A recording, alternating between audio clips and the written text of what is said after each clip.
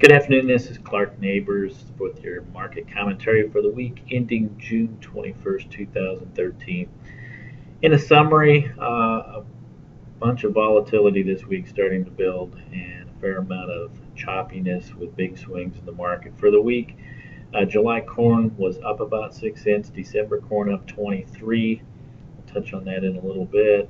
Soybeans, July beans down 23, November down 25 on the week, and July wheat up 12. Keep in mind, first notice date or delivery against the July contract is a week from today on June 28th. So that could create a lot of fireworks with the huge inversions that we have in the market. Also keep in mind, basis over the last couple days on corn has started to see some weakness pick up. What that could create is some weakness then in the spreads, in the inversion of the spreads. In other words, the July losing ground of the September or the December. So that is going to bear to watch as we approach first notice day with a fair amount of open interest left in these July contracts. Soybeans on the other side, soybean basis continues to look strong. That might have a reverse reaction. We've seemed to be in over the last few weeks. Corn's leadership in the spreads, and it goes to beans and back and forth. So that seems to be the key. The driver of the market this week, a lot of people want to talk about the weather, but I think weather's backseat here short term. Was a huge increase in the dollar here midweek with the Fed announcement talking about maybe cutting back on some of the easing policy that we've been in place since 2008 to some degree on QE1, QE2, QE3, and QE, etc. And also some concerns about slowdown in China, which is kind of a mounting story that keeps coming up. But the dollar this week went from around 80 up to almost 82 and a half since midday Wednesday. So that catalyst created the stock market to go down about 500 points. That catalyst created the crude oil or the energy market to drop about $6 a barrel here late in the week. So that filtered in to many of the rest of the commodities, grains included, livestock included, for today. So keep that in mind. In regards to weather, like I said, it's kind of a backseat prospect right now.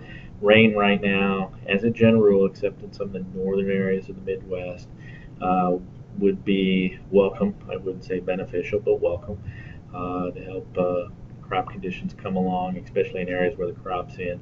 And this week, with the higher temperatures, saw some good growing conditions in most cases. Now, according to some of the maps, as you look out in the next week, early next week, maybe we see some more clarity on this. Some of the longer term maps may show the western corn belt starting to see a period of time, a week to 2 weeks, with little or any significant rain. So that'll bear watching early next week.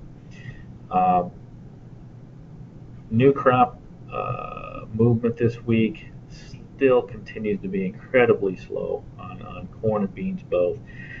New crop futures on the December contract hit 570 at one point this week. That seems to be very strong resistance thus far on the charts.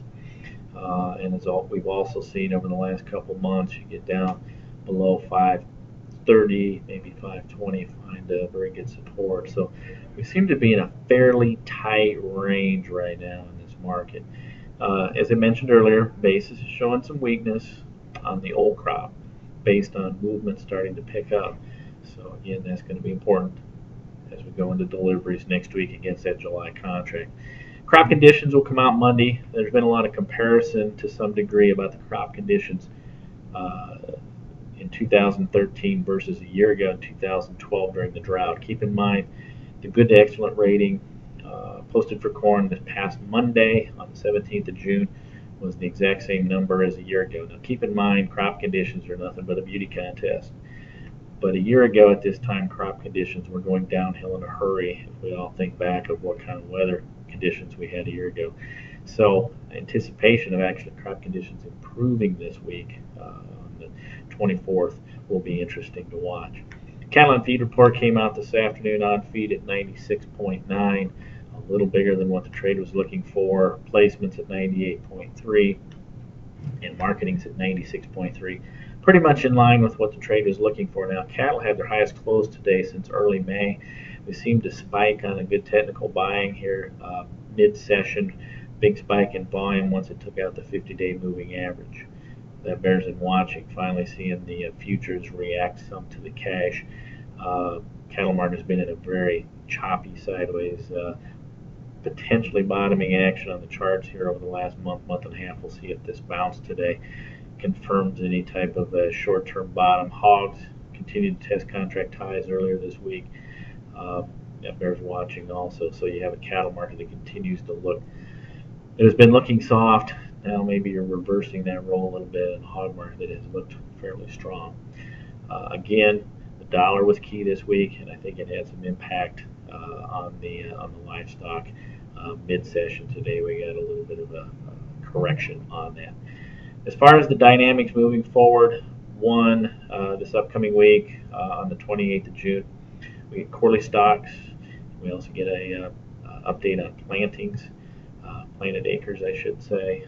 That number is going to be scrutinized by a lot of the trade based on the late spring and the delayed planting, and if the USDA's really had time to take into account what that may mean in regards to prevent plants, some other things. So don't be surprised if later this summer we actually have some sort of a planting or planted acreage update.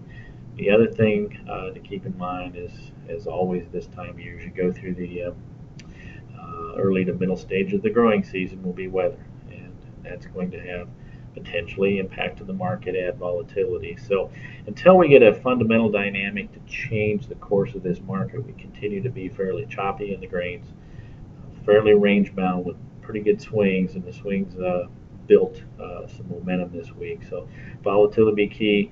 Keep in mind if you want to talk to any of the brokers in regards to locking in some coverage on new crop, looking at some puts to protect the downside as far as the grain is concerned, or if you're a feeder and need to control costs in case this corn market starts taking off higher, to keep your feed cost as an end user in control.